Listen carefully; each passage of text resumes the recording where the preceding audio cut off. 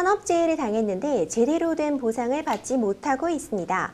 유명 회사의 가전제품을 만드는 한 회사의 하청업체에 근무를 했는데요.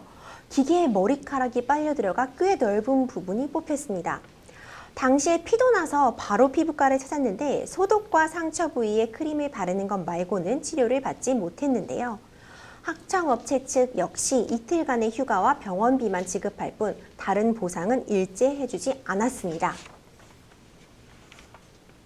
사고가 난 지 1년쯤 됐는데 머리가 뽑힌 부위에는 탈모가 일어나 제대로 머리가 나지 않고 있는데요. 현재 그 하청업체는 그만둔 상태입니다. 이후 몇 번이나 하청업체에 보상을 요구했지만 들은 채 만취하면서 이제는 제 연락을 아예 받고 있지 않는데요. 정말 괘씸한데 어떻게 하는 게 좋을까요? 이런 사연이 홈페이지를 통해 접수가 되었습니다.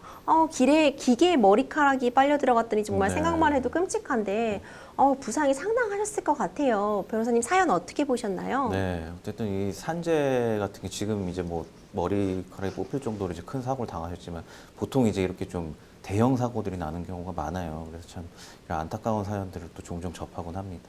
네.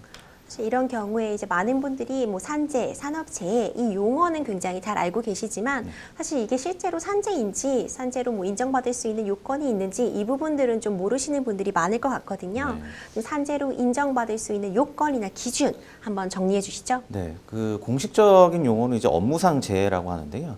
그 업무상 재해의 인정 기준은 이제 업무상 사고 또는 업무상 질병 이런 게 원인이 되었고 이런 지금 본 사례처럼 이제 머리카락이 뽑힌다든지 아니면 뭐 손이 절단되든 이런 재해, 그 질병, 장애들을 포함한 재해가 발생해야 하고요. 그리고 업무상 사고 또는 업무상 질병에 이제 해당하는지 여부는 이제 구체적으로 상황에 따라서 여러 가지 사정들을 고려해서 판단을 하게 됩니다. 추가적으로 그 업무상 사고 또는 업무상 질병으로 재해가 발생을 하더라도 그 상당 인과관계가 없는 경우에는 업무상 재해로 보지 않죠. 그러니까 예를 들어서 뭐 일을 하는 도중이 아니라 아니면 뭐 휴식 시간이라든지 이런 경우를 해가지고 발생한 재해하고 직접적으로 관련이 없다. 이걸 이제 상당 인과관계라는데요. 이런 인과관계가 없는 경우는 또 업무상 재해로 보지 않고요.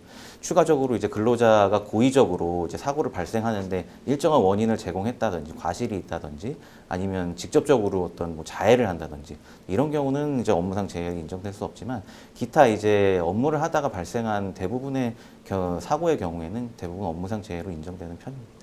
결국 이제 상당 인과관계, 이게 인과관계가 인정되느냐가 좀 포인트가 될 것 같네요. 지금 이 사연 같은 경우에는 사실 저도 이 부분이 좀 걱정이 되는데 머리카락이 많이 뽑혀버렸으니까 또 사후에 이게 나지 않는다면은 영구적인 장애 뭐 이런 걸로 인정을 받을 수 있는지 사후 보상은 어디까지 받을 수 있을까요? 네, 특히 이 사례에서는 조금 그게 중요할 것 같아요. 특히 이제 머리카락 이게 지금 1년 전 일이고 앞으로도 계속 좀 장애로 남을 확률도 높으니까요. 그래서 이제 항목별로 조금 살펴보시면 좋을 것 같은데 일단 산재만 업무상 재해 기준으로만 설명을 드리면 이제 위자료는 업무상 재해에선 따로 항목을 갖고 있지는 않고요. 그 다음에 이제 비급여 항목, 뭐 휠체어나 보조기구 같은 거를 타는 거 이런 것도 이제 산재에는 원칙적으로는 포함이 되지 않습니다.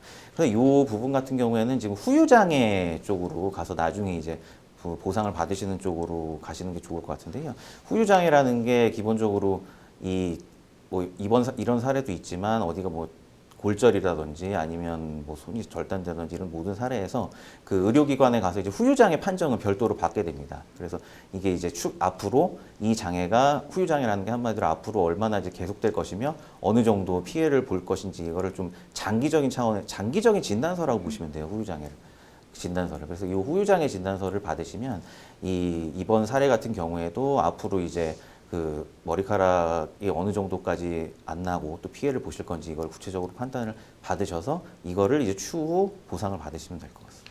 후유장애 진단서가 이제 장기적인 진단서다. 이 표현 저도 굉장히 귀에 쏙 박히고 좋은데요. 네.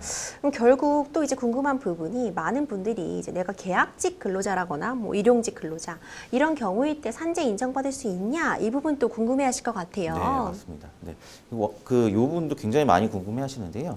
우리 산업재해보상법은 원칙적으로 이제 근로자를 사용하는 모든 사업 또는 사업장에 적용됩니다.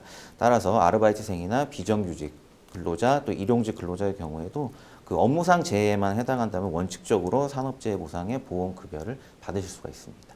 정말 다행이네요. 이제 근로복지공단에 뭐 산재 신청도 하고 싶으실 거고 뭐 상담도 받고 싶고 이러실 텐데 그 방법 한번 좀 설명을 해주시죠. 네. 그 원칙적으로 이 경우에는 그 근로복지공단에 이제 신청을 해서 업무상 재해로 인정을 받으신 다음에 이제 보상을 받으시는 게 가장 일차적인 보상 방법이에요. 그래서 참고적으로 설명드리면 2008년 7월 1일부터 이제 종래 산재보험이 적용되지 않던 상시 근로자 1명 미만의 그 영세 사업장과 공시금액 2천만 원 미만의 소규모 공사에 대해서 산재보험이 적용됩니다. 이 말이 어떤 말인가 하면 원칙적으로 이제 모든 사업장에 산재보험이 적용되거든요. 그래서 그 요양급여 신청서라고 양식이 있어요. 그 양식하고 아까 좀 전에 설명드린 소견서, 또 후유장애가 발생했다면 후유장애 진단서 등을 첨부하셔서 근로복지공단에 접수를 하시면 근로복지공단에서 이제 업무상 재해 판정을 하고 보상금을 지급을 하게 됩니다.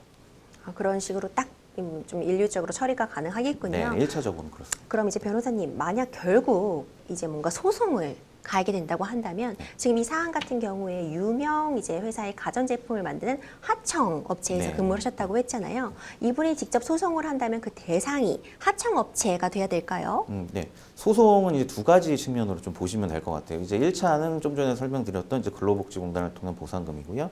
형사적으로는 형사 소송을 한다면 그 산업안전법이나 산업안전보건법 위반으로 이제 고용주를 고소를 할 수가 있습니다. 그리고 이제 민사적으로는 일단은 좀 전에 설명드렸듯이 근로복지공단으로부터 업무상 재해임을 인정받아 보상금을 받는 게 우선이고요.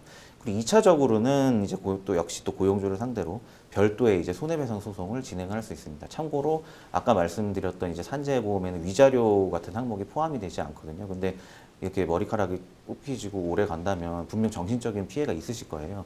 이런 항목들은 민사소송을 통해서 별도로 손해배상을 받으실 수가 있습니다.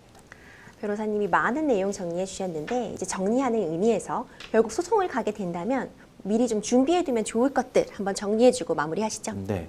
뭐 항상 드리는 말씀이지만 소송은 또 증거가 중요하니까요. 또 업무상 재해로 인해 는 민사소송은 조금 굉장히 기술적인 측면이 많습니다. 그 용어만 좀 설명을 드리면 뭐 노동 능력 상실률, 그다음에 월평균 급여, 또 노동 상실률에 따른 일실 수입이 이제 미래 앞으로 발생할 수입이잖아요. 그거하고 기왕 치료비, 그다음 향후 치료비, 위자료 등을 별도의 항목으로 맞춰가지고 산출해서 청구를 해야 됩니다. 그래서 이 별도 항목에 맞는 증거 자료들을 하나하나 좀 꼼꼼하게 준비를 하셔서 소송을 진행하시는 게 가장 좋습니다. 결국 변호사님, 내 권리는 내가 주장해야 찾을 수 있는 것 맞습니다. 같아요. 아무래도 좀 준비 같은 거 미리미리 꼼꼼히 하셔서 최대한 보상 받으실 수 있길 그렇게 기대해 봅니다.